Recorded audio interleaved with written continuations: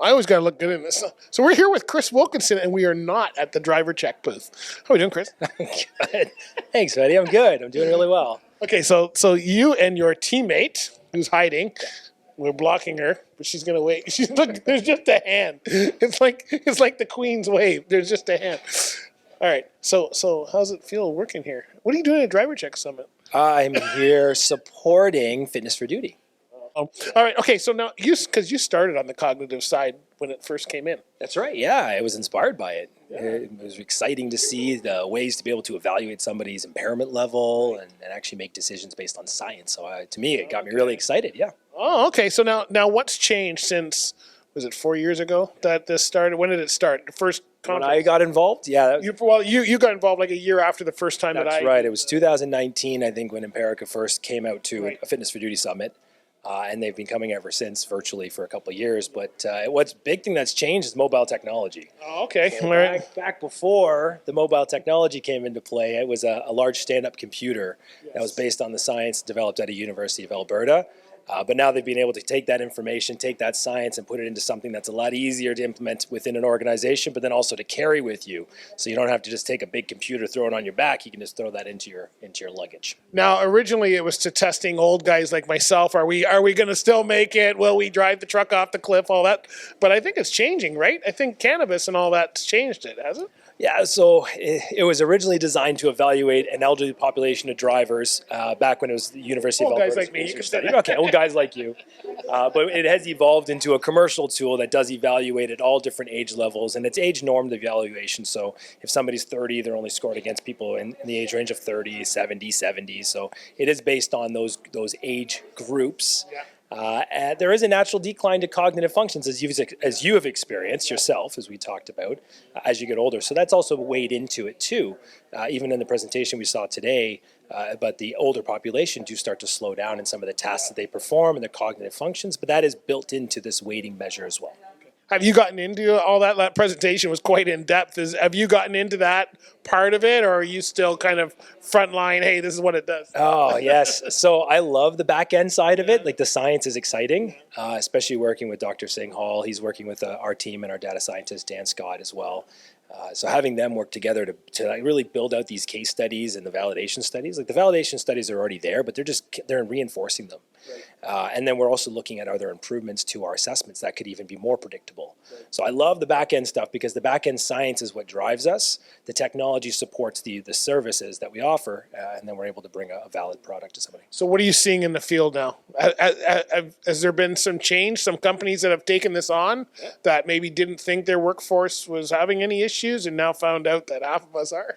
Oh, yeah. That's a concern that companies have to say, hey, if we bring this on, how many drivers are we going to lose or how many employees are we going to lose? But it's not really, the reality is not we're trying to eliminate drivers. It's not the reality. What we're trying to do is say, if there is someone who's extremely high risk, you want to know because then you can support them to get maybe medical care, treatment, so they get back to work as a healthy contributor to working with the company, right? So longevity of the drivers working, healthy population, safer population on the road.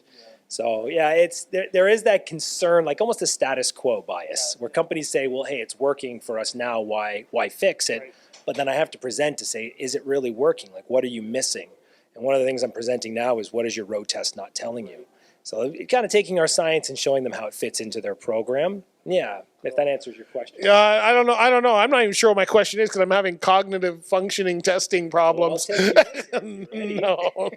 Start. Is this my iPad? No, it's okay. So what do we do? Roll us through here. Okay. Roll us through here. I'm going to roll this a little bit so people can see it. Okay. All right. So this is task number 2. Yeah. And so with task number 2, what you need to do, this is actually the second level of complexity. Dr. Singh Hall explained the second level of complexity with this one. So here, what you're required to do is hold down the start button. Okay. So I'll do it for you. I won't make you do it. You got to wait for the green light to flash up top. So you're waiting for that cue. Okay. Once the cue comes and shows the green light, what you need to do now is hit the go button and merge through the first line without hitting anything, stopping the box in between and then merging again afterwards. So this is spatial judgment, timing.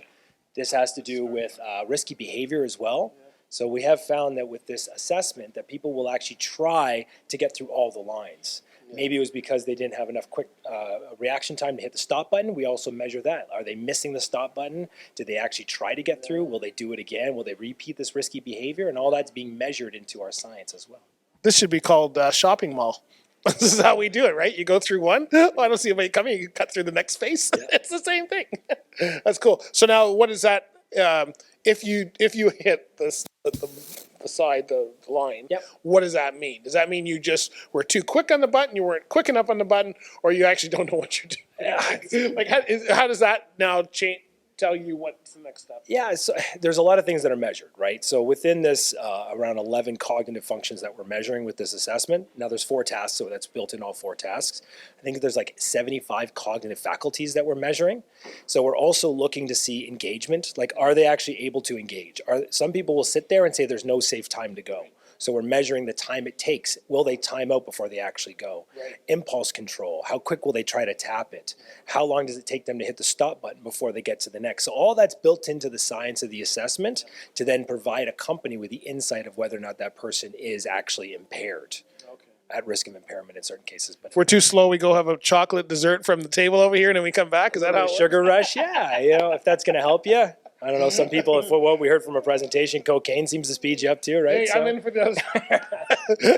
How are you enjoying the conference? You've seen a lot of this. What do you think of the conference? Oh, I'm enjoying it. I always love coming to DriverCheck events. I find that the speakers are great. The layout is great. There's just a lot of great people to work with at DriverCheck. So. Yeah, it's been a good, very informative. I don't know how these doctors do it, but very informative presentations.